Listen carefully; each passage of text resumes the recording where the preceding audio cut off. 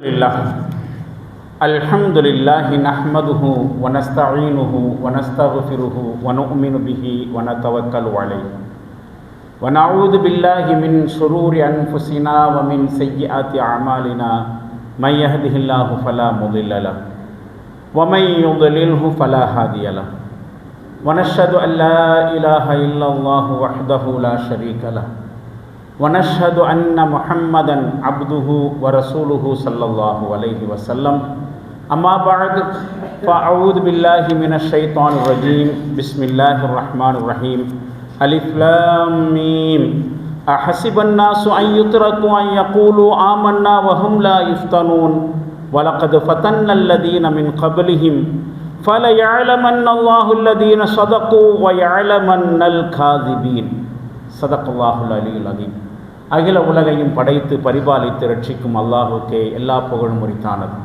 சலாத்தும் சலாமும் நபிகளார் ஸல்லல்லாஹு அலைஹி வஸல்லம் அவர்கள் மீதும் அவர்களது குடும்பத்தினர் தோழர் தொடர்ந்தோர் அனைவர் மீதும் உலகில் உள்ள மோமின்களான நல்லடியார்களான ஆண்கள் பெண்கள் அனைவரின் மீதும் குறிப்பாக அல்லாஹ்வின் அருள் நாடியவர்களாக ஜும்மா தொழுகைக்காக அவனது இல்லத்திலே ஒன்று கூடியிருக்கும் நம் அனைவர் மீதும் என்றும் நின்று நிலவட்டுமாக. கண்ணியத்திற்கும் மரியாதைக்கும் உரிய பெரியோர்களே, இளைஞர்களே, தாய்மார்களே, சகோதரிகளே, நான் திருக்குர்ஆன் ஷரீஃபிலிருந்து முக்கியமானதொரு வசனத்தை ஆரம்பமாக உங்களிடத்திலே ஓதி காண்பித்திருக்கிறேன். அந்த வசனம் சூரத்துல் அன்கபூத் என்று சொல்லப்படுகிற 29வது அத்தியாயத்தின் 2, 3 வசனங்களாக இடம்பெறுகிறவை. அதிலே அல்லாஹு ஜல்ல ஷானஹு தஆலா இவ்வாறு ஒரு கேள்வி எழுப்புகிறான். அஹஸிபன்னாசு அய்யுத்ரகு அய்யகுலு ஆமன்னா வஹும் லா யுஃப்தனூன். நாங்கள் நம்பிக்கை கொண்டோம் என்று வாயளவில் கூறுவதனால் மட்டும் அவர்கள் விட்டுவிடப்படுவார்களா என்ன?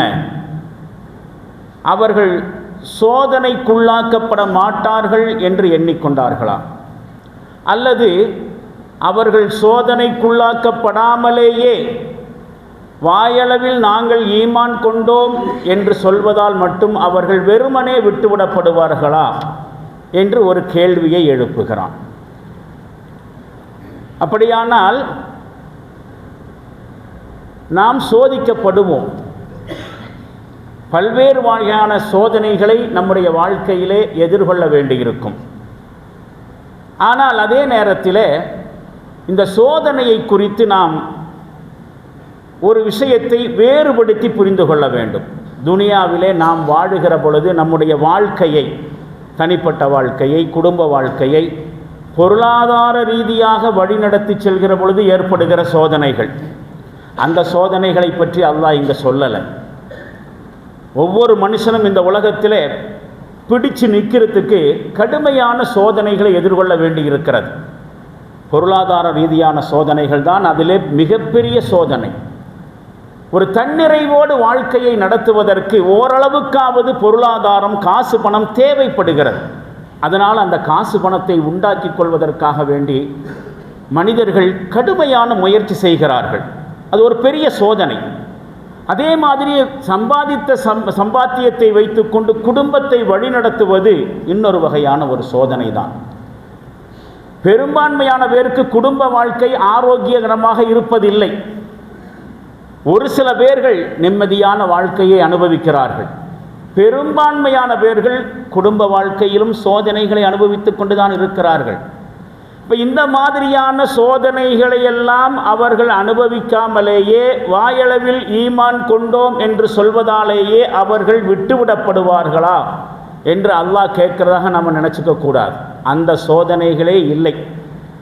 அல்லாஹ்வுடைய வழியில் சோதனைகளை சந்திக்காமலேயே, வேறு வகையில் சொல்வதாக இருந்தால், பொருளாதாரத்துக்காக வேண்டி சோதிக்கப்படுவதை தாண்டி, குடும்பத்தை நடத்துறதுக்காக வேண்டி சோதிக்கப்படுவதை தாண்டி, தொழில் வியாபாரங்களிலே சோதனைக்குள்ளாக்குவதை தாண்டி, இஸ்லாத்திற்காக வாழுகிற பொழுது, இஸ்லாமிய வாழ்க்கையை வாழ்கிற பொழுது, அல்லாஹுடைய மார்க்கத்தை தூக்கி நிறுத்துவதற்காக வேண்டி நாம் முயற்சி செய்கிற பொழுது பல்வேறு வகையான சோதனைகளை சந்திக்க வேண்டியிருக்கும். இந்த சோதனைகள் முற்றிலும் நாம் வழக்கமாக அனுபவிக்கக்கூடிய சோதனையிலிருந்து மாறுபட்டது. அப்போ வாழ்வியல் சோதனைகளை குறித்து அல்லாஹ் சொல்லலை, இஸ்லாத்தை வாழ வைக்கிறதுக்காக வேண்டி முயற்சிக்கிற பொழுது வருகிற சோதனை. அப்படிப்பட்ட சோதனைகளை ஒவ்வொரு முஸ்லிமும் அனுபவிக்காமலேயே சும்மா விட்டுவிடப்பட மாட்டான். வலக்கது ஃபதன்னல்லதீன மின் கப்லிஹிம், இவர்களுக்கு முன்னால் வாழ்ந்தவர்கள் எல்லோரையும் நாம் சோதித்திருக்கிறோம் என்று சொல்லிவிட்டு இந்த சோதனையை பற்றி இன்னும் விரிவாக அடுத்து சொல்லுகிறான். ஃபல யஅலமன்னல்லாஹுல்லதீன ஸதகு வல யஅலமன்னல் காதிபீன். அல்லாஹ் அவசியம் கண்டறிய வேண்டி இருக்கிறது, உண்மையில் தங்களுடைய ஈமானிலே உண்மையானவர்கள் யார், பொய்யர்கள் யார் என்பதை அல்லாஹ் தெரிந்து கொள்ள வேண்டி இருக்கிறது. அப்போ ஈமானை அல்லாஹ் ஏற்றுக்கொள்வதற்கு சோதிக்கப்படுவான், ஈமானிலே சோதிக்கப்படுவான். அந்த சோதனையின் முடிவில் யார் வெற்றிகரமாக நிற்கிறார்களோ அவர்கள் சுவனம் செல்வார்கள். இப்போ இந்த திருக்குர்ஆன் வசனத்தின் பின்னணியில் நாம் அடிப்படையில் நம்முடைய வாழ்க்கையை குறித்து கொஞ்சம் யோசித்து பார்க்க வேண்டி இருக்கிறது. முதலாவதாக விஷயம், ஒரு சிந்தனை, நமக்கு நேரம் கிடைக்கிற பொழுது இஸ்லாமிய உணர்வோடும் இஸ்லாமிய செயல்பாடுகளோடும் இருக்கிறோமா, அல்லது நேரம் ஒதுக்கி இஸ்லாமிய உணர்வோடும் செயல்பாடுகளோடும் இருக்கிறோமா? நேரம் கிடைக்கும் பொழுது இஸ்லாத்துக்காக வேண்டி ஏதாவது செய்வது, அல்லது இஸ்லாத்துக்காக வேண்டி எதையாவது செய்யணுங்கிறதுக்காக வேண்டிய நேரத்தை ஒதுக்குவது. இந்த ரெண்டில் நாம் எந்த வகையில் இருக்கிறோன்னு யோசித்து பார்க்கணும். நேரம் கிடைக்கிற சமயத்தில் தான் நம்ம எதையாவது இஸ்லாத்திற்காக வேண்டி செய்கிறோம் என்று சொன்னால் நம்மால் எந்த தியாகத்திற்கும் தயாராக இல்லைன்னு அர்த்தம். இஸ்லாத்துக்காக வேண்டி நம்மளால் எதையும் செய்யவே முடியாது. எப்போ நேரம் கிடைக்குதோ அப்போ எதையாவது செய்வோம் அப்படிங்கிற உணர்வோடு செயல்பட்டால் இஸ்லாத்துக்காக வேண்டி நம்மால் ஒரு துரும்பை கூட கிள்ளி போட முடியாது. நேரம் கிடைக்கும்போது பார்க்கலாம் என்று சொன்னால் மௌத்தாறு வரைக்கும் நமக்கு நேரம் கிடைக்கவே போகிறதில்லை. அதுதான் யதார்த்தம். உண்மையில் இஸ்லாத்திற்காக வேண்டி நேரம் கிடைக்கும் போது வேலை செய்கிறதில்லை, நேரத்தை ஒதுக்கி இஸ்லாத்திற்காக வேண்டி வேலை செய்யணும். இது இஸ்லாம் எதிர்பார்க்கக்கூடிய விஷயம். உதாரணமாக, ஏற்கனவே முடிவு செய்யப்பட்ட ஒரு இஸ்லாமிய பணி இருக்குதுன்னு வச்சுக்கோங்க. அல்லாஹுடைய தீனுக்காக வேண்டி இன்றைய நாளில் இன்ன நேரத்தில் இதை செய்வோம் அப்படின்னு இஸ்லாமிய பணிக்காக நாம் ஒரு பிளான் பண்ணியிருக்கிறோம். அப்படி பண்ணியிருக்கிற சமயத்தில் புதுசாக வரக்கூடிய ஒரு நிகழ்ச்சிக்காக வேண்டி அந்த வேலையை தள்ளி போடுறோமா அல்லது தவிர்க்கிறோமா? இஸ்லாமிய பணிக்காக வேண்டி ஒரு டைம் ஃபிக்ஸ் பண்ணியாச்சு, ஒரு நாளை ஃபிக்ஸ் பண்ணியாச்சு, ஒரு பிளான் செஞ்சாச்சு.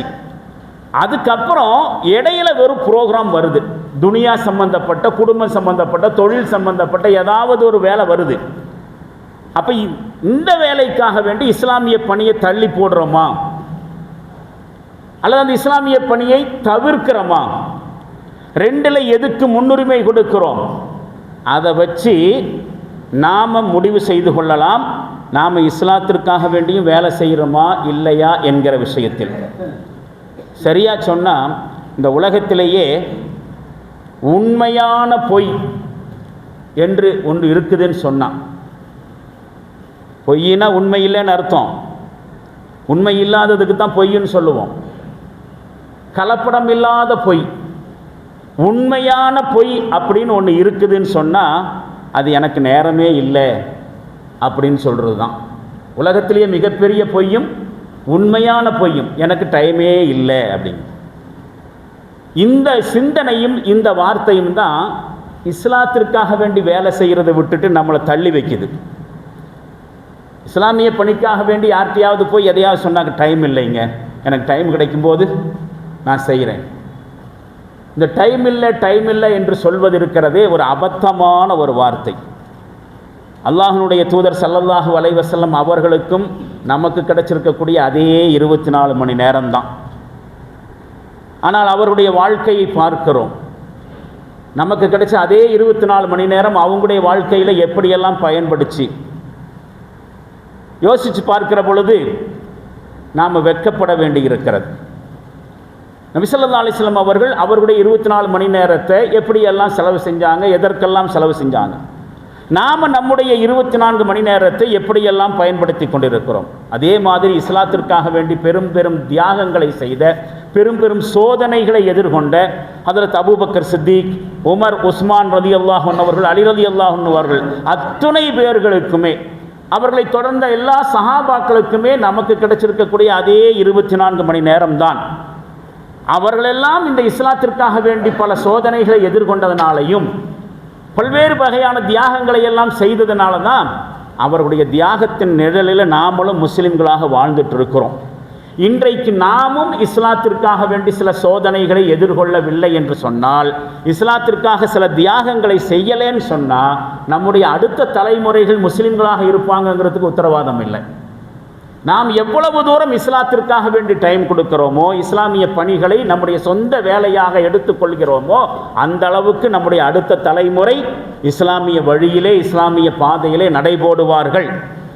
இந்த நேரத்தில் நம்மிலே ஒவ்வொருவரும் ஒவ்வொரு நாளும் நம்மை அறியாமலேயே ஒரு 3 வகையான சோதனைகளுக்கு உள்ளாகி கொண்டிருக்கிறோம் அப்படிங்கிறத நாம் புரிஞ்சுக்கணும். ஒவ்வொரு நாளும் 3 வகையான சோதனைகள் நம்மளை அறியாமலேயே 3 சோதனை சந்திச்சுட்டு இருக்கிறோம். அந்த முதலாவது சோதனை என்ன தெரியுமா? நம்முடைய வாழ்க்கையை பற்றிய சோதனை தான். முதல்ல நம்முடைய பார்வையில் எதெல்லாம் சோதனை, நாம் சோதனை அப்படின்னு எதையெல்லாம் சொல்லுகிறோம் என்று கேட்டால், நம்ம வாழ்க்கையில் அன்றாடம் அனுபவிக்கிற பொழுது சில கஷ்ட நஷ்டங்கள் வருதா இல்லையா, அந்த சமயத்தில் நாம் சொல்லுவோம், என்னடா இப்படி ஒரு சோதனை. சாதாரணமாக நம்முடைய அன்றாட நிகழ்வுகளிலே சின்ன சின்ன பிரச்சனைகள் வருகிற பொழுது அல்லது பெரிய பிரச்சனைகள் வரும் பொழுது நாம் சொல்கிறோம் இந்த மாதிரியான ஒரு வார்த்தை. அதையெல்லாம் நினைவுபடுத்தி கொள்ளுங்கள். கஷ்டங்கள், நஷ்டங்கள், பிரச்சனைகள் என்று வருகிற பொழுது தலையில் கை வச்சுக்கிட்டு எனக்கு வந்த சோதனையே என்று சொல்லக்கூடிய எல்லா விஷயத்தையும் ஞாபகப்படுத்திக்குங்க. ஆனால் உண்மையிலேயே நம்முடைய வாழ்க்கையில் வரக்கூடிய இந்த மாதிரியான சிக்கல்கள், பிக்கல்கள் இருக்க, அதல்ல சோதனை. வாழ்க்கையே சோதனை தான். நம்முடைய லைஃபே சோதனையாகத்தான் இருக்குது. அது எப்படி என்று யோசித்து பார்த்தால், ஒவ்வொரு நாளும் நம்முடைய வாழ்க்கையில் நம்முடைய ஆயுள் குறைந்து கொண்டே வருதா இல்லையா? நம்முடைய வாழ்க்கையில் ஒவ்வொரு நாளும் குறைகிற சமயத்திலையும் அதுக்கு நாம் எந்த முக்கியத்துவமும் கொடுக்கறதில்லை. உண்மையில் நம்முடைய வாழ்க்கையை நாம் இழந்து கொண்டிருக்கிறோம். நம்முடைய லைஃப்பில் இருந்து நாட்கள் போயிட்டே இருக்குது, கழிஞ்சிட்டே இருக்குன்னு சொன்னால் அதோடைய அர்த்தம் என்ன தெரியுமா? நாம் இழந்துட்டு இருக்கிறோன்னு அர்த்தம், நஷ்டப்பட்டு இருக்கிறோம். நம்முடைய லைஃப்பில் நம்முடைய டைமை நஷ்டப்பட்டு கொண்டிருக்கிறோம், நம்முடைய நாட்களை நஷ்டப்பட்டு கொண்டிருக்கிறோம், நம்முடைய வாழ்க்கையை இழந்து கொண்டிருக்கிறோம். ஆனால் இப்படி இழந்து கொண்டிருக்கக்கூடிய எதுக்குமே நாம் என்ன செய்யறதில்லை, எந்த முக்கியத்துவமும் கொடுக்கறதில்லை. அது குறையிறத பற்றி நமக்கு கவலையே இல்லை. ஆனால் நாம் சேர்த்து வச்சிருக்கக்கூடிய காசு செலவழிஞ்சு போகும் பொழுது, குறிப்பிட்ட வேலைகளுக்காக வேண்டியோ அல்லது சேமிப்பு அப்படிங்கிற அடிப்படையிலையோ நம்ம நிறைய சேமித்து வச்சுருப்போம். கொஞ்சமோ கூடுதலோ குறைவாகவோ, ஆண்களோ பெண்களோ, பெரியவங்களோ சிறியவங்களோ சேமிப்புன்னு ஒன்று கண்டிப்பாக வச்சுருப்பாங்க. அந்த சேமிப்பு குறையுதுன்னு வச்சுக்கோங்க, கொஞ்சம் கொஞ்சமாக செலவழிஞ்சு போகும்போது எவ்வளவு கவலை வருது பாருங்கள். காசு சேர்த்து வச்சு கரைஞ்சி போயிட்டே இருக்குது. அப்போ காசு, பணம், செல்வம் கரைந்து போகிற பொழுது ஏற்படுகிற கவலை, நம்முடைய வாழ்க்கை கழிந்து கொண்டே இருக்கிறது என்பதை குறித்து நமக்கு என்ன செய்யறதில்லை, எந்த ஒரு உணர்வும் இருக்கிறதில்லை. இதுதான் மனுஷனுக்கு இருக்கக்கூடிய சோதனையிலேயே பெரிய சோதனை. இழந்து கொண்டிருக்கிறோம், ஆனால் இழந்து கொண்டிருப்பதை புரியாமலேயே வாழ்ந்து கொண்டிருக்கிறோம். காசு பணம் செலவழிஞ்சானாக்கா கவலைப்படுகிறோம், ஆயுள் செலவழிந்து போகிற பொழுது கவலைப்படுவதில்லை. இது ஒரு சோதனை. ரெண்டாவது ஒரு சோதனை இருக்கிறது. அது என்ன சோதனைன்னு சொன்னால், சாப்பாடு சம்பந்தப்பட்ட சோதனை. முதலாவது ஆயுள் சம்பந்தப்பட்ட சோதனை, ரெண்டாவது சாப்பாடு சம்பந்தப்பட்டது. நம்மளை பொறுத்த வரைக்கும் நாம் சாப்பிடக்கூடிய சாப்பாட்டிலேயே சோதனைனா எது? நாம் சாப்பிடக்கூடிய உணவுகளிலேயே பெரிய சோதனைன்னு எதை சொல்லுவோம் தெரியுமா? பிடிக்காத சாப்பாடு வரும்பொழுது. பிடிக்காத சாப்பாடு நமக்கு முன்னாடி வந்துச்சா அது ஒரு பெரிய சோதனை. நிறைய பேர் தங்களுடைய மனைவிமார்கள்ட்ட சொல்கிறது உண்டு. என்ன சொல்கிறது உண்டு? உன் சாப்பாட்டை சாப்பிட்றதே எனக்கு ஒரு பெரிய சோதனை. உன்னுடைய சாப்பாட்டை உன் கைவண்ணத்தில் சமைக்கிற சாப்பாட்டை சாப்பிட்றது எனக்கு ஒரு தலையெழுத்து. நீ வச்சு தரக்கூடிய ரசம் விஷம். அப்போ சொந்த வீடுகளிலே பிடிக்காத உணவு வலுக்கட்டாயமாக தின்ன வேண்டிய சமயத்திலே அந்த சாப்பாடு நமக்கு ஒரு பெரிய சோதனை நினைக்கிறோம். ஆனால் ஒவ்வொரு நாளிலும் அல்லாஹு ஜல்லஷானஹு தஆலா வழங்கியவற்றிலிருந்து நாம் உண்ணுகிறோமே, அந்த சாப்பாடு ஹலாலாக இருந்தால் அதை பற்றி நாம் விசாரிக்கப்படுவோம். உன்னுடைய வயிற்றுக்குள்ளே இறங்கின சாப்பாடு ஹலாலாகத்தான் இருந்துச்சா அப்படின்னு சொல்லிட்டு கண்டிப்பாக சாப்பிடுகிற சாப்பாட்டுக்கு விசாரணை இருக்கிறது. வயிற்றுக்குள் சென்ற உணவு ஹலாலா ஹராமா என்கிற விசாரணை உண்டு. ரெண்டாவது விஷயம், அது ஹராமாக இருந்துச்சுன்னா அந்த ஹராமின் அடிப்படையில் நமக்கு தண்டனை உண்டு. விசாரணையும் உண்டு, தண்டனையும் உண்டு. அப்போ நம்ம அன்றாடம் சாப்பிட்றோமே, இது ஒரு சோதனையாக்கும். பிடிக்காத சாப்பாடு மனைவியின் கையாலோ அல்லது நமக்கு பிடிக்காத வேறு யார் மூலமாகவோ பரிமாறப்படுகிற பொழுது அந்த சாப்பாடு சோதனை என்று நினைக்கிறோம். ஆனால் அன்றாடம் சாப்பிடுகிற சாப்பாடு ஹலாலா ஹராமா என்பதை பற்றி யோசிக்கவில்லை என்று சொன்னால் உணவே ஒரு பெரிய சோதனை. மறுமையில் அதை பற்றி விசாரணை இருக்கிறது. அது ஹராமாக இருந்தால் தண்டனையும் இருக்கக்கூடியது இருக்கிறது. நாம் அதை பற்றி யோசிக்கிறதே இல்லை. இதுதான் மனுஷன் வாழ்க்கையில் அன்றாடம் அனுபவித்து கொண்டிருக்கக்கூடிய ரெண்டாவது பெரிய சோதனை. மூணாவது ஒரு சோதனை இருக்கிறதே, அது நம்முடைய பயணத்தை பற்றியது. அது பயணம் சொல்லும் பொழுது நாம் சுற்றுப்பயணம் போவோம், தொழில் வியாபாரத்திற்காக வேண்டி பயணம் செய்வோம், பல்வேறு நிகழ்ச்சிகளுக்காக வேண்டி பயணம் செய்வோம். அந்த மாதிரியாக போகிற நேரத்தில் போக வேண்டிய நேரத்துக்கு குறிப்பிட்ட நேரத்தில் போய் சேர முடியலன்னு சொன்னால், அல்லது பயணம் செல்வதற்கான ரயிலையோ பஸ்ஸையோ நாம் தவற விட்டு விட்டால் பெரிய சோதனையில் மாட்டிக்கிட்டனே அப்படின்னு நம்ம சொல்லுவோம்.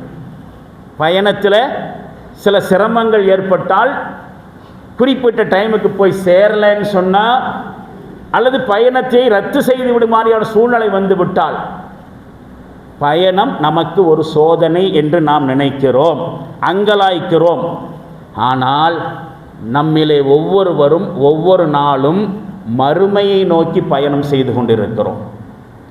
மறுமையை நோக்கி பயணம் செய்து கொண்டிருக்கிறோம். ஒரு குறிப்பிட்ட அளவுக்கு மறுமையை நோக்கி நெருங்கி சென்று கொண்டே இருக்கிறோம். ஒரு குறிப்பிட்ட அளவுக்கு இந்த துனியாவை விட்டு விலகி சென்று கொண்டே இருக்கிறோம். இதை நாம் யோசிக்கிறதே இல்லை. அப்படி இருந்தும் கூட அழிந்து போகக்கூடிய இந்த உலகத்துக்கு முக்கியத்துவம் கொடுக்கிற அளவுக்கு நிலையான மறுமை வாழ்க்கைக்கு முக்கியத்துவம் கொடுக்கறதில்லை. அழிந்து போகக்கூடிய இந்த உலக வாழ்க்கைக்காக வேண்டி கவலைப்படுகிற அளவுக்கு நிலையான மறுமை வாழ்க்கைக்காக வேண்டி கவலைப்படுறதில்லை. இத்தனைக்கும் நாம் போக போகிற இடம் சொர்க்கமா நரகமானு தெரியாது. கன்ஃபார்மாக இருந்தால் கூட நம்ம யோசிக்கலாம், கண்டிப்பாக மௌத்துக்கு பிறகு நமக்கு சொர்க்கம்தான் அப்படின்னு இருந்தால் நம்முடைய இந்த உலக வாழ்க்கை பயணத்தை பற்றி நாம் கவலை இல்லாமல் இருக்கலாம், கவனக்குறைவாக கூட இருக்கலாம். தெரியாதே, மௌத்துக்கு பிறகு நம்முடைய கபரு அது ஒரு சுவன பூங்காவாக ஆகப் போகிறதா அல்லது நரகத்தினுடைய படுகொழியாக ஆகப் போகுதான்னு தெரியாது. அப்படியானால் நம்முடைய இந்த வாழ்க்கை பயணமும் கூட சோதனையாக இருக்கா இல்லையா? அப்போ ஒவ்வொரு மனுஷனும், நம்மிலே ஒவ்வொருவரும் ஒவ்வொரு நாளும் அன்றாடம் 3 வகையான சோதனைகளுக்கு உள்ளாகி கொண்டே இருக்கிறோம். 3 வகையான சோதனைகளை கடந்துட்டு தான் போகிறோம். மறுபடியும் நினைவில் நிறுத்தி கொள்ளுங்கள், நம்முடைய வாழ்க்கையில் தினசரி நமக்கு நடக்கக்கூடிய 3 சோதனை. 1, நம்முடைய வாழ்நாள் கழிந்து கொண்டே இருக்கிற ஒரு சோதனை. 2, நாம் சாப்பிடக்கூடிய உணவு ஹலாலா ஹராமா என்பதை பற்றிய ஒரு சோதனை. 3வது, நம்முடைய வாழ்க்கை பயணம் ஒரு சோதனையாக இருப்பது. இப்போ நாம் ஒரு துஆவை கற்றுக்கொள்ள வேண்டியிருக்கிறது. என்ன துஆ தெரியுமா? அல்லாஹும்ம லா தஜ்அல் துன்யா அக்ஸர ஹம்மனா, நபி ஸல்லல்லாஹு அலைஹி வஸல்லம் அவர்களுடைய பிரார்த்தனைகளிலே ஒன்று. அல்லாஹ்வே, இந்த உலகத்தை எங்களுடைய பெரும் கவலைக்குரிய விஷயமா ஆக்கிறாத. இந்த மாதிரி யாருமே நம்மள துவா கேட்டிருக்க மாட்டோம். அல்லாட்ட 1000 துவா கேட்போம். நம்முடைய உலகத்தை வசதிப்படுத்திக் கொள்வதற்காக, வாழ்க்கையை செம்மைப்படுத்திக் கொள்வதற்காக, ஆரோக்கியத்திற்காக, வசதி வாய்ப்புகளுக்காக, நமக்காக, குடும்பத்திற்காக, பிள்ளை குட்டிகளுக்காக, சமுதாயத்திற்காக எல்லாத்துக்கும் துவா கேட்போம். காசு பணத்துக்கு துவா கேட்போம், வறுமைக்கு வந்துடக்கூடாதுன்னு துவா கேட்போம். ஆனால் இந்த துவாவை கவனியுங்கள். அல்லாஹும்ம லா தஜ்அல் துன்யா அக்பர ஹம்மனா, எங்களுடைய கவலைகளில் பெருங்கவலையாக இந்த துனியாவை ஆக்கிறாத. எப்போ பார்த்தாலும் என்னுடைய துனியா வாழ்க்கை என்னாகும், துனியா என்ன வாழ்க்கை என்னாகும், நான் என்ன செய்வேன், என் குடும்பம் என்னாகும், எப்பொழுதுமே நம்முடைய கவலைக்குரிய விஷயமாக இந்த உலகம் இருக்கிறது என்று சொன்னால் அது ஒரு சோதனை தான். அதனாலேயே நபி ஸல்லல்லாஹு அலைஹி வஸல்லம் அவர்கள் என்னுடைய பெரும் கவலைக்குரிய விஷயமாக இந்த துனியா ஆயிடக்கூடாது, என்னுடைய கவலைக்குரிய விஷயம் வேற, என்னுடைய மறுமை எப்படி இருக்கும், என்னுடைய மறுமை வாழ்க்கையில் நான் எப்படி ஜெயிக்கிறது, என்னுடைய மறுமை வாழ்க்கையில் நான் செல்வந்தனாக எப்படி இருக்கிறது, என்னுடைய மறுமை வாழ்க்கையில் நான் சொர்க்கவாசியாக எப்படி இருக்க முடியும், என்னுடைய மறுமை வாழ்க்கையில் நரகத்திலிருந்து நான் எப்படி தப்பித்துக் கொள்ள முடியும். இப்படி என்னுடைய கவலைக்குரிய பெரும் கவலையாக மறுமை இருக்க வேண்டும். இந்த துனியாவை என்னுடைய பெரும் கவலைக்குரிய ஒரு கண்டென்ட்டாக ஆக்கிறாத அல்லாஹ். வலா மபுலக இல்மனா, எங்களது கல்வியின் மூலம் நாங்கள் அடைய வேண்டிய இலக்காகவும் இந்த துனியாவை ஆக்கிறாத. படிக்கிறோம், கல்வியை கற்றுக்கொள்கிறோம் என்று சொன்னால் அந்த கல்வியும் மறுமைக்கு பயன்படுகிற கல்வியாக இருக்க வேண்டும். கற்றுக்கொள்கிற கல்வியின் மூலமாக இந்த துனியாவை அடைந்து கொள்வதை நோக்கமாக இருந்தால் அது என்ன கல்வி, அது என்ன இல்மு? அது படிக்கக்கூடிய மனுஷன் அது உலக கல்வியை படிப்பதாக இருந்தாலும் சரி, மார்க்க கல்வியை படிப்பதாக இருந்தாலும் சரி, எந்த கல்வியினுடைய இலக்கும் மறுமையில் வெற்றி பெறுவதாக இருக்க வேண்டும். ஒருவன் ஒரு கல்வியை கற்றுக்கொண்டு அந்த கல்வியின் மூலமாக உலகத்தை மட்டுமே பெற வேண்டும் என்று இருந்தால் அது ஒரு பயனில்லாத கல்வி. நபி ஸல்லல்லாஹு அலைஹி வஸல்லம் சொல்கிறார்கள், நாங்கள் கற்றுக்கொண்ட கல்வியின் மூலம் நாங்கள் அடைய வேண்டிய இலக்காகவும் எங்களுடைய துனியாவாக்கிறாத. துனியா எங்களுடைய இலக்காக கூடாது, கல்வியின் மூலமாக மறுமையாக வேண்டும். பலா இலா இலன்னார் மசீரனா, நாங்கள் சேரும் இடத்தை நரகமாக ஆக்கிறாத, நாங்கள் போய் சேருகிற இடத்தை நரகமாக ஆக்கிவிடாதே. வஜ்அலில் ஜன்னத ஹிய தாரனா, சுவனத்தை எங்களது வீடாக ஆக்குவாயாக. அப்போ ஒரு மனுஷனுடைய வாழ்க்கையினுடைய லட்சியம், இலக்கு, வாழ்க்கையினுடைய நோக்கம் என்னவாக இருக்க வேண்டும் என்பதை குறித்து இந்த துவா அழகாக கற்றுத்தருகிறது. அன்பானவர்களை, இப்படி ஒரு சிந்தனையை நாம் மேற்கொள்கிறோமா இல்லையா? அடுத்து யோசிக்க வேண்டிய ஒரு விஷயம், நமக்கு ஏற்படக்கூடிய பிரச்சனைகள் சமயத்தில் நம்மளை எப்படி வெளிக்காட்டுறோம், இது ரொம்ப யோசிக்க வேண்டிய ஒரு விஷயம். நம்மளை எப்படி அடையாளப்படுத்திக் கொள்கிறோம், ரெண்டாவது சிந்தனை இதுதான். பொதுவாக நாம் எந்த பிரச்சனைகளும் இல்லாத சமயத்தில் அல்லது பெரிய பிரச்சனைகள் எதுவும் இல்லாத சமயத்தில் ஈமான் பேசுகிறோம், இஸ்லாம்னு பேசுகிறோம், முஸ்லீம்கிறோம், சமுதாயங்கிறோம், மக்கள் சேவை என்று சொல்லுகிறோம், இபாதத்துகள் என்று சொல்லுகிறோம், பயானுங்கிறோம், சமுதாய கட்சின்னு சொல்கிறோம், மார்க்க உணர்வுன்னு சொல்கிறோம், நிறைய பேசுகிறோம். சில நேரங்களில் சில இஸ்லாமிய பணிகளையும் செய்கிறோம். எப்போ? மறுபடியும் கவனிங்கள், நமக்கு சொந்த பிரச்சனைகள் எதுவும் இல்லாத சமயத்தில். அப்போ நிறைய சமுதாயம் பற்றி பேசுவோம், இஸ்லாம் பற்றி பேசுவோம்.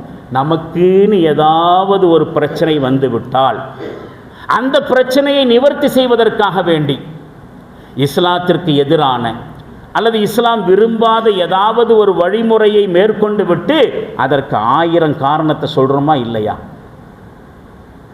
இப்போ நாம் சொல்லி வருகிற விஷயம் நம்முடைய மனசாட்சியை தொட்டு பார்க்க வேண்டிய விஷயம், தொட்டு கேள்வி எழுப்ப வேண்டிய விஷயம். பிரச்சனை, சொந்த பிரச்சனைன்னு எதுவும் இல்லைனாக்கா 1000 இஸ்லாம் பேசுகிறோம். ஆனால் நமக்குன்னு ஒரு சொந்த பிரச்சனை வருகிற பொழுது அந்த பிரச்சனை தீர்க்கிறதுக்கு என்ன செய்கிறோம்? இஸ்லாம் காட்டித்தராத அல்லது இஸ்லாம் தடை செய்திருக்கக்கூடிய வழியில் போய் அதை நிவர்த்தி செய்கிறதுக்கு முயற்சி செய்வோம். அப்போ யாராவது கேட்டால் அதுக்கு 1000 சால்ஜாப், சாக்கு போக்குகளை சொல்லுவோம். உதாரணமாக, நமக்குன்னு ஒரு பொருளாதார பிரச்சனை வருங்க, காசு பண பிரச்சனை வருகிறது என்று வைத்துக்கொள்வோம். வட்டி என்று சொல்லக்கூடிய மாபாதக செயலை விட்டு முற்றிலுமாக விலகி இருக்கிறோமா? வட்டியை விட்டு விலகி நின்று நம்முடைய காசு பிரச்சனையை தீர்க்கிறோமா? இல்லை வேற வழி இல்லை, இங்கே போய்தான் ஆகணும், வட்டிக்கு போகாமல் என்னால் இந்த பொருளாதார பிரச்சனையை, காசு பிரச்சனையை தீர்க்க முடியாது என்று சொல்லி அங்கே போய் நிற்கிறோமா? இதான் நான் முதல்ல கேட்டேன். நான் நம்முடைய பிரச்சனைகள் சமயத்தில் நம்ம எப்படி அடையாளப்படுத்துகிறோம், நம்மளை எப்படி வெளிப்படுத்துகிறோம்? சொந்த பிரச்சனை இல்லாத சமயத்தில் 1008 இஸ்லாம் பேசுறது, சொந்த பிரச்சனைன்னு வந்துட்டா காரணங்கள் சொல்கிறது. என்ன சொல்கிறோம்? அதெல்லாம் 1000 இஸ்லாத்தை பற்றி பேசலாங்க. அவனவன் பிரச்சனை அவனுக்கு வந்தால் தான் தெரியும். நீங்கள் பேசலாம், வட்டி ஹராமு அது இதுன்னு பேசலாம். இன்றைக்கி துனியாங்கிறது அப்படி இல்லை. வட்டியில் கால் வைக்காமையெல்லாம் இன்றைக்கி பொழப்பு நடத்த முடியாது என்று பேசுகிறோமா? பேசுகிறோம் என்று சொன்னால் கண்டிப்பாக நாம் இல்லை, ஈமான்தாரி இல்லைன்னு அர்த்தம். நான் ஆரம்பத்தில் ஓதி காண்பித்த வசனம் அதைத்தான் சொல்லுகிறது. நாங்கள் ஈமான் கொண்டோம் என்று வாயளவினால் சொல்வதால் மட்டும் அவர்கள் வெறுமனே விட்டுவிடப்படுவார்கள் என்று நினைத்து கொண்டார்களா?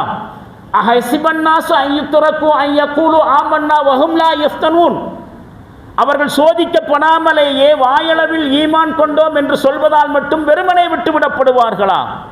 அப்ப பிரச்சனைகள் சமயத்தில் தாங்க நாம முஸ்லிமா நிற்கணும். சமயம் கிடைக்கும் போது முஸ்லிமா இருக்கிறது அல்ல, பிரச்சனைகள் இருக்கிற பொழுது அல்ல, பிரச்சனையா இல்லாமல் இருக்கிற பொழுது முஸ்லிமா இருக்கிறது. பிரச்சனையா இருக்கிற சமயத்தில் தான் இஸ்லாத்தினுடைய ஒரு அடையாளமாக நாம் இருக்க வேண்டும். அதே மாதிரி நம்முடைய குடும்பத்தில் நடக்கக்கூடிய திருமண நிகழ்ச்சிகளிலே அல்லது நாம் கலந்து கொள்ளக்கூடிய அது மாதிரியான நிகழ்ச்சிகளிலே இஸ்லாத்திற்கு எதிரான அனாச்சாரங்களும் ஆடம்பரங்களும் நடக்கிற சமயத்தில் நாம் எப்படி இருக்கிறோம் யோசித்து பார்க்கிறோம். நம்முடைய இஸ்லாமிய தனித்தன்மையை விட்டு கொடுக்காமல் நிற்கிறோமா, அல்லது அந்த கூட்டத்தாக நாமளும் மிங்கிலாகி கரைஞ்சு போகிறோமா? யோசனை செஞ்சு பார்க்க வேண்டிய ஒரு முக்கியமான விஷயம். அந்த மாதிரியான சமயத்தில், அந்த மாதிரியான இடங்களில், அந்த மாதிரியான நிகழ்ச்சிகளை நாமளும் இன்னைக்கு இதெல்லாம் வேறு வழி இல்லை, இதெல்லாம் இன்னைக்கு இதுதான் ட்ரெண்டு, இதை தவிர்க்க முடியாது, இதுதான் நாகரீகம், இன்றைய மாதிரி இடத்துல எல்லாம் இஸ்லாத்துல எல்லாம் பேசிட்டு இருக்கக்கூடாது என்று சொன்னோம் என்று சொன்னால் அடிப்படையில் நாம் ஒரு இஸ்லாமிய கோழையாக இருக்கிறோம். இஸ்லாமிய கோழை. நான் ஒரு புதிய வார்த்தை பிரயோகத்தை இந்த ஜும்மா உரையின் மூலமாக உங்களுக்கு முன்னால் வைக்கிறேன். அந்த மாதிரி சமயத்தில் இஸ்லாத்தின் அடையாளத்தை விட்டு கொடுக்கிறோம் என்று சொன்னால் அந்த இடத்துல தானே நாம இஸ்லாத்தினுடைய அடையாளமாக நின்று இஸ்லாத்தை தூக்கி நிறுத்த வேண்டும். அப்ப அங்க காம்ப்ரமைஸ் செய்து கொள்கிறோம், ஏதாவது ஒரு காரணத்தை சொல்லி. சந்தர்ப்பங்கள், சூழ்நிலைகள், சமூகம், ஏதேனும் ஒரு காரணத்தை சொல்லி இஸ்லாத்தை இரண்டாம் பட்சமாக்கி விட்டு நாகரீகத்தையோ அல்லது வேறு இஸ்லாத்திற்கு முரணான கலாச்சாரத்தையோ நாம் கடைபிடிக்கிறோம் என்று சொன்னால் அடிப்படையில் நாம் இஸ்லாமிய கோழைகள் என்பதை நாம் புரிந்து கொள்ள வேண்டும். யோசித்து பார்க்க வேண்டிய விஷயம் என்ன தெரியுமா? நமக்கெல்லாம் இஸ்லாத்திற்காக வேண்டி பணி செய்வதற்கு பெரிய அளவுக்கு ஆர்வம் வர்றதில்லை, பெரிய அளவுக்கு ஆர்வம் இல்லை. நெருக்கடிகள், தொழில் வியாபார சிக்கல்கள், குடும்ப பிரச்சனைகள், திருமண சிக்கல்கள், கல்யாண ஏற்பாடுகளில் அவசரங்கள், பிள்ளை குட்டிகளை வளர்க்கிறது, பொருளாதார சிக்கல்களை எல்லாம் நாம் காரணம் காட்டுறோம். இஸ்லாத்திற்கான நம்முடைய பங்களிப்பை கொடுக்கறதுக்கு தடையாக இருக்கக்கூடிய விஷயமாக காரணம் காட்டுறோம். முடியலைங்க, குடும்பம் இருக்குங்க, வியாபாரம் இருக்குங்க, பொட்டப்பிள்ளை பற்றி வச்சுருக்கிறேங்க, அதனால் எனக்கெல்லாம் இஸ்லாத்துக்காக வேண்டி டைம் கொடுக்க முடியலைங்க. அப்போ நாம் இஸ்லாத்திற்காக வேண்டி சோதனைகளை எதிர்கொள்வதற்கு, இஸ்லாத்திற்காக வேண்டி தியாகங்கள், பணிகளை செய்வதற்கு நிறைய தடைகளாக பல விஷயங்களை முன்வைக்கிறோம். ஆனால் இது மாதிரியான சமயங்களில் தான் நாம் இஸ்லாத்தினுடைய அடையாள புருஷர்களாக இருக்கணும். அதில் தான் நம்முடைய தியாகங்களை வெளிப்படுத்த வேண்டும். இது மாதிரியான எல்லா சிக்கல்களும் இடையூறுகளும் நம்முடைய முன்னோர்களுக்கும் இருந்திருக்கின்றன. இந்த இஸ்லாத்தை நம் வரைக்கும் கொண்டு வந்து சேர்த்தாங்களா இல்லையா? சஹாபாக்கள் இருந்து சலஃபு சாலிஹீன்கள் என்று சொல்லக்கூடிய நல்லடியார்களான முன்னோர்கள் நாம் இன்னைக்கு முஸ்லிம்களாக வாழ்வதற்கு பல்வேறு தியாகங்களை எல்லாம் செஞ்சாங்களே, அவங்களுடைய வாழ்க்கையிலும் நம்மை விட பெரிய அளவுக்கான தடைகள் இருந்துச்சு. நாம் இஸ்லாத்திற்கு பணி செய்வதற்காக வேண்டி எவற்றையெல்லாம் தடைகளாக காரணமாக சொல்லிட்டு இருக்கிறோமோ அதை விட அதிகமாக இருந்துச்சு. அவங்களுக்கு நிறைய பெண் மக்கள் இருந்தார்கள், வறுமை இருந்தது, ஏழ்மை இருந்துச்சு, ஊனமுற்றிருந்தார்கள், முதுமையிலே இருந்தார்கள், கூன் குருடு என்று ஏகப்பட்ட பிரச்சனைகள் இருந்திருக்கின்றன. ஆனால் இவை எதுவுமே அவர்கள் இஸ்லாத்திற்காக வேண்டி பணி செய்வதற்கோ தியாகம் செய்வதற்கோ தடையாயிருக்கல. ஏன்? அவற்றையெல்லாம் அவர்கள் ஒரு காரணமாகவே நினைச்சு பார்க்கல. இப்போ நாம் ஒரு செய்தியை சொல்லி முடிவுக்கு கொண்டு வரலாம். அப்துல்லாஹ் இப்னு ஹிராம் ரலியல்லாஹு அன்ஹு அவர்கள் யாரு? ஹதரத் ஜாபிர் ரலியல்லாஹு அன்ஹு அவருடைய தகப்பனார். நல்ல பேரை ஞாபகத்தை வச்சுக்கோங்க. பொதுவாக இந்த மாதிரி உரைகளை கேட்கிற சமயத்திலேயோ அல்லது இந்த மாதிரியான சம்பவங்களை நாம் இஸ்லாமிய புத்தகங்களில் படிக்கிற சமயத்தில் ஒரு வகையான ஈடுபாடு நமக்கு வரும். ஆனால் அந்த ஈடுபாடு ஒரு ரசனை என்பதை தாண்டி அந்த பக்கம் போகிறதில்லை. அதுக்கான காரணம் ஒரு கதை படிக்கிற மாதிரி அல்லது கதை கேட்குற மாதிரி கடந்து போகிறது தான். இஸ்லாமிய வரலாற்றில் இருக்கக்கூடிய சம்பவங்கள்லாம் சினிமா காட்சிகளோ தொலைக்காட்சி சீரியல்களோ இல்லை. பார்த்தோம், டைம் பாஸ் பண்ணணும், கொஞ்சம் என்டர்டெயின்மெண்ட்டு, கொஞ்சம் ஜாலி, அடுத்த வேலை பார்க்கலாம் என்று கடந்து போவதற்கு இஸ்லாமிய வரலாறுகளும் சஹாபாக்குடைய தியாக சம்பவங்கள் எல்லாம் இந்த மாதிரியானது இல்லை. அதனால் கொஞ்சம் கவனம் எடுத்துக்குங்கள். அப்துல்லாஹ் இப்னு ஹிராம் ரலியல்லாஹு அன்ஹு அவர்கள் ஜாபிர் ரலியல்லாஹு அன்ஹு அவர்களுடைய தகப்பனார். இப்போதைக்கு இந்த 2 பேரை ஞாபகத்துக்கு வைங்க. அவர்கள் வறுமையில் இருந்தாங்க, வயசானவராக இருந்தார், மிகப்பெரிய அளவுக்கு கடன் சுமை, எல்லாவற்றுக்கும் மேலாக 9 பெண் மக்கள். 1 2 அல்ல, 9 பெண் மக்கள். கொஞ்சம் யோசனை பண்ணி பாருங்க. இப்போ நான் சொன்ன இந்த காரணங்கள் நமக்கு இருக்கிறது என்று சொன்னால் அல்லது நம்மளே யாருக்காவது இருக்கிறது என்று சொன்னால் அவங்க நிலைமை பற்றி யோசிச்சு பாருங்க. நல்ல கவனிங்க. கடுமையான வறுமை, வயசானவர், பெரும் கடன் சுமை, வறுமையை தாண்டி பெரிய அளவுக்கு கடன், எல்லாத்துக்கும் மேலே 9 பெண் மக்கள். கடைசியாக ஒரே ஒரு மகன். அந்த மகனுக்கு 16 வயசு. அவர் தான் ஜாபிர் ரலியல்லாஹு அன்ஹு அவர்கள், அப்துல்லாஹ் இப்னு ஹிராம் அவர்களுடைய மகன். பத்ர் யுத்தம் வருகிறது. போருக்கு செல்வதற்கு மகன் தயாராகிறார். மகன் யாரு? ஜாபிர் ரலியல்லாஹு அன்ஹு. போருக்கு 16 வயசு. பொதுவாக போருக்கு இளவட்டங்கள் தானே போகணும். அதன் அடிப்படையில் 16 வயசு ஜாபிர் தயாராகிற சமயத்தில் தகப்பனார் தடுக்கிறார். நீ சின்ன பையன், நான் போயிட்டு வர்றேன் அப்படின்னு பிடிவாதமாக சொல்லிட்டு தடுத்துட்டு, எவ்வளவு சொல்லியும் கேட்காம வயசான காலத்துக்கு போருக்கு போகிறார். போயிட்டு வந்துட்டாங்க. மகனுடைய பிடிவாதத்தை, நான் போகிறேன் வாப்பா, உங்களுக்கு வயசாச்சு, நீங்கள் வீட்டில் இருங்க, நான் போனால் ஏதாவது சாதிச்சுட்டு வருவேன், நீங்கள் போருக்கு போய் என்ன பண்ண போகிறீங்க? பிடிவாதம் பிடித்து கொண்டு, நீ இங்கே இருந்து பாரு, நான் போகிறேன்னு போயிட்டு வந்துட்டார். அடுத்து 2 வருஷம் கடந்துருச்சு. உஹது யுத்தம் வருகிறது. ஜாபிர் ரலியல்லாஹு அன்ஹு அவர்களுக்கு இப்போ 18 வயசு, 2 வயசு அதிகமாயிருச்சு. இப்போவும் உஹது யுத்தத்திற்காக வேண்டி தகப்பனார் புறப்படுகிற சமயத்தில் மகன் அவரை தடுத்துக்கிட்டு சொல்லுவார், போன தடவை பத்ர் யுத்தம் நடக்கிற சமயத்தில் நீங்கள் போய் போரிட்டு விட்டு வந்தீர்கள், இந்த தடவை நான் தான் போவேன். தகப்பனார் சொல்வார், இல்லை இல்லை நான் தான் போவேன். நான் போகிறது ஒன்றும், அவர் இப்படியே சொல்கிறார். என்ன சொல்லுகிறாரு?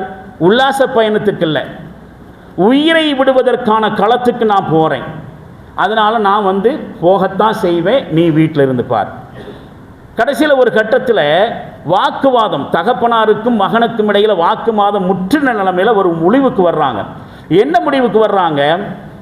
நாம் 2 பேருடைய பெயரையும் ஒரு சீட்டில் எழுதி போட்டு, சீட்டு குலுக்கி போட்டு எடுத்து பார்ப்போம். யாருடைய பெயர் வருதோ அவர் போருக்கு போகலாம். அதுக்கு முன்னாடி ஏகப்பட்ட வாக்குவாதம் 2 பேருக்கு இடையில், பல காரணங்களை சொல்லிட்டு, என்ன காரணத்தையெல்லாம் தகப்பனார் சொல்லுவார், மவனே நமக்கு நிறைய வறுமை இருக்குது, நமக்கு நிறைய கடன் சுமை இருக்குது, இந்த வயசான காலத்தில் என்னால் கடன் சுமையெல்லாம் மீட்ட முடியும்னு எனக்கு தோணலை, என்னுடைய குடும்பத்துடைய ஒரே வாரிசு நீ தான், என் சார்பாக இருக்கக்கூடிய அந்த கடனையெல்லாம் நீ தானப்பா பொழப்பு கடன் நீக்கணும். எல்லாத்துக்கும் மேலே 9 சகோதரிகள் உனக்கு இருக்கிறாங்க, அவங்களையெல்லாம் நீ தானே கல்யாணம் முடிச்சு கொடுக்கணும். அப்போ நீ போய் யுத்தத்தில் மௌத்தா போயிட்டேன்னு சொன்னானாக்கா இதுக்கெல்லாம் யார் பொறுப்பாக முடியும்?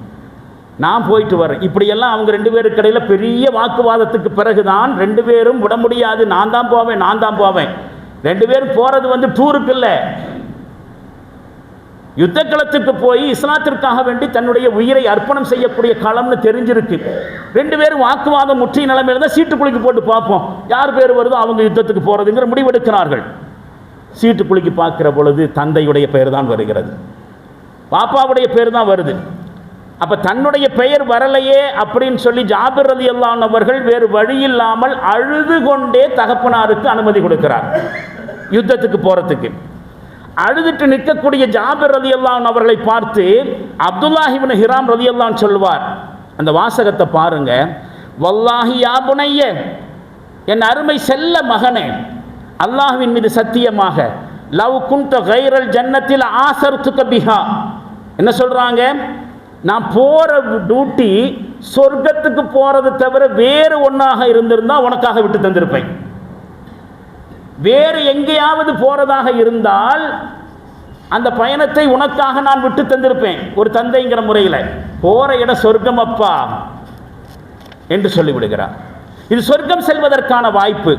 அதனால என்னுடைய மகனாக இருந்தாலும் நான் அதை விட்டு தர முடியாது என்று சொல்லிக்கொண்டே ரொம்ப சந்தோஷத்தோட தந்தையானவர் போர்க்கவசங்களை எல்லாம் அணிந்து கொள்கிறார், ஆயுதங்களை தரித்துக் கொள்கிறார். அதே நேரத்தில் மகனுக்கு உபதேசமும் செய்கிறார். அந்த 9 சகோதரிகளை பார்த்துக்கப்பா, கடன் சுமையும் இருக்கு, பொறுப்புகள் அதிகம் சொல்லிட்டு போறார். அன்பானவர்களை யோசிச்சு பாருங்க, அல்லாஹ்வுடைய மார்க்கத்திற்காக வேண்டி தியாகம் செய்வதற்கு அவங்களுக்கு முதுமையோ வறுமையோ கடன் சுமையோ கொமர்களோ அவர்களுக்கு ஒரு தடையாக இருக்கவில்லை. ஆனால் நாம் ஒரு சின்ன இடையூறு வந்து விட்டாலும் கூட அல்லாஹ்வுக்காக வேண்டி பணி செய்வதை விட்டு விலகி விடுகிறோம், அல்லது அந்த பணியை 2ஆம் பட்சமாக ஆக்கி விடுகிறோம்.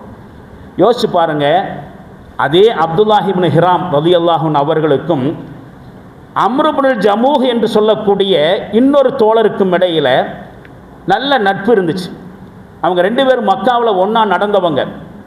இந்த அம்ர் இப்னு ஜமூஹ் யார் தெரியுமா? முதுகில் கூன் விழுந்து ஒழுங்காக நடக்க முடியாத ஆள்.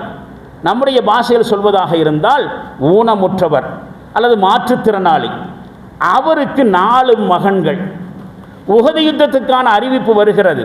இப்போ 4 மக்களும் யுத்தத்திற்கு தயாராக இருக்கிற சமயத்தில் தந்தை அம்ர் இப்னு ஜமூஹ் அவர்களும் தயாராகிறார். மகன்கள் தடுக்கிறாங்க, வேண்டாம், கூன் விழுந்திருக்கு, உங்களால் யுத்தத்துக்கு போய் எதுவும் செய்ய முடியாது, நாங்கள் 4 பேரும் போகிறோம். அப்போ அவர் சொல்லுவார், அல்லாஹ்வுடைய மார்க்கத்திற்காக வேண்டி தியாகம் செய்வதிலிருந்து என்னை யாரால் தடுக்க முடியும்? என்னை யாரால் தடுக்க முடியும்? மகன்கள் சொல்லுவாங்க, அல்லாஹ் தான் உங்களை மாதிரி ஆளுகளுக்கெல்லாம் யுத்தத்தில் கலந்து கொள்வதிலிருந்து சலுகையை கொடுத்துருக்கிறானே, கட்டாயமாக நீங்கள் கலந்து கொள்ளணுங்கிற அவசியம் இல்லையே, நீங்கள் கூன் விழுந்த நபராயிற்றே, நீங்கள் போய் என்ன செய்ய போறீங்க? அல்லாஹ்வே சலுகை கொடுத்திருக்கும் போது நீங்கள் யுத்தத்துக்கு போகாட்டினா என்ன?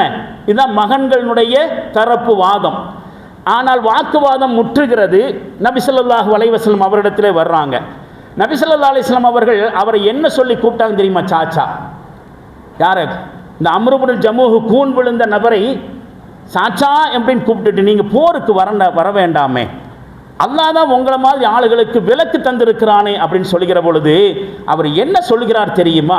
அல்லாஹ்வின் தூதர் அவர்களே, இந்த கூனனும் யுத்தத்திலே கலந்து கொள்வதற்கு அனுமதி தாருங்கள் என்று சொல்லிவிட்டு, நான் இந்த கூன் விழுந்த முதுகோடு சொர்க்கத்துக்கு போறேன், அங்கேயாவது நான் கூன் இல்லாமல் இருக்கிறேனே,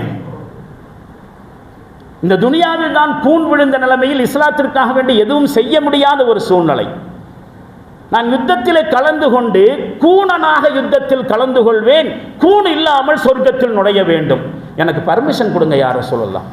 இப்படி ஒரு ஆசையை வெளிப்படுத்துகிற பொழுது நபி ஸல்லல்லாஹு அலைஹி வஸல்லம் அவர்கள் அந்த ஆசைக்கு குறுக்கு நிற்க முடியலை. சரி, கலந்து கொள்ளுங்கள் என்று சொல்லிவிட்டார்கள். அவரை விட்டு விடுங்கள், ஒருவேளை அல்லாஹ் அவருக்கு ஷஹாதத்தை வழங்கலாம். அதுக்கு பிறகு அவர் யுத்தத்தில் கலந்து கொள்கிறார். எப்படி கலந்து கொள்கிறார் தெரியுமா? நம்முடைய இஸ்லாமிய உணர்வு இருக்கிறதே, அல்லது சந்தர்ப்பங்கள் சூழ்நிலைகளை பார்த்து இஸ்லாமிய பணிகளை விட்டு விலகி நிற்கிறோமே, அந்த மனசாட்சிக்கு ஒரு சாட்டையடியாக சொல்லுகிற விஷயம். ஒரு கையிலே தடியை எடுத்துக்கொண்டு யுத்த களத்திலே கூவிக்கொண்டே ஓடுகிறார். ஷௌகன் இலல் ஜன்னா, ரக்வன் இலல் ஜன்னா, சொர்க்கத்தின் மீது ஆசை, சொர்க்கத்திற்கான ஓட்டம். 3 தடவை சொல்றார். ஷௌகன் இலல் ஜன்னா, சொர்க்கத்தின் பக்கமான ஆசை, ரக்வன் இலல் ஜன்னா, சொர்க்கத்தை நோக்கிய ஓட்டம் அப்படின்னு சொல்லிட்டு ஓடி போய் கடைசியில் அவர் அல்லாஹ்வுடைய நாட்டத்திலே ஷஹீதாகிறார். அப்போ பாருங்களேன், நாமெல்லாம் ஒரு சின்ன சின்ன காரணங்களை வைத்துக்கொண்டு இஸ்லாமிய பணி செய்வதற்கு பின்வாங்குகிறோமே, அவர்களுக்கு இருந்த பிரச்சனைகளை விடவா கூன் ஒரு தடையாக இருக்கலையே, வறுமையும் முதுமையும் குமர் காரியங்கள் எல்லாம் ஒரு தடையாக இருக்கலை. கண்ணியத்திற்குரியவர்களை, யோசித்து பார்க்க வேண்டிய முக்கியமான விஷயம் இலக்கு. நம்முடைய வாழ்க்கையினுடைய இலக்கு சுவனமாக வேண்டும். அந்த சுவனத்தை இலக்காக்கிக் கொள்கிற பொழுதுதான் இந்த உலக வாழ்க்கையும் நமக்கு வெற்றிகரமாக அமையும். நபிகளார் ஸல்லல்லாஹு அலைஹி வஸல்லம் அவர்கள் சொல்லுகிற செய்தியோடு முடிவு கொண்டு வரலாம். மன் ஹாஃப அதுலஜ, யார் அல்லாஹ்வை அஞ்சுகிறாரோ அவரே தனக்கான பாதையை அடைந்து கொள்ள முடியும். யார் அல்லாஹ்வை அஞ்சுகிறாரோ அவரே தனக்கான பாதையை அடைந்து கொள்வார். வமன் அதுலஜ பலகல் மன்சிலா, யார் தனக்கான பாதையை அடைந்து விட்டாரோ அவர்தான் இலக்கை அடைந்து கொள்வார். அலா இன்ன சிலத்தல்லாஹி ஆலியா, அல்லாஹ்வினுடைய சொத்து என்பது மிக உயர்ந்தது. அலா இன்ன சிலத்தல்லாஹில் ஜன்னா, அல்லாஹ்வினுடைய சொத்து என்பது சுவனம்.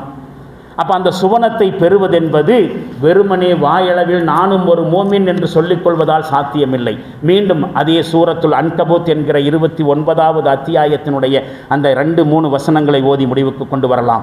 அஹசிபன்னாசு அன் யுத்ரகு அன் யகூலு ஆமன்னா வஹும் லா யுஃப்தனூன், அவர்கள் சோதிக்கப்படாமலேயே, அல்லாஹ்வுடைய மார்க்கத்திற்காக வேண்டி சோதிக்கப்படாமலேயே வாயளவில் நாங்களும் ஈமான் கொண்டோம் என்று சொல்வதனாலேயே அவர்கள் விட்டுவிடப்படுவார்களா? வலக்கது ஃபதன்னல்லதீன மின் கப்லிஹிம், இவர்களுக்கு முன்னால் வாழ்ந்த முன்னோர்களை நாம் சோதித்திருக்கிறோம். நாம் அவசியம் தங்களுடைய ஈமானில் யார் உண்மையாளர்கள் பொய்யர்கள் என்பதை தெரிந்து கொள்ள வேண்டியிருக்கிறது.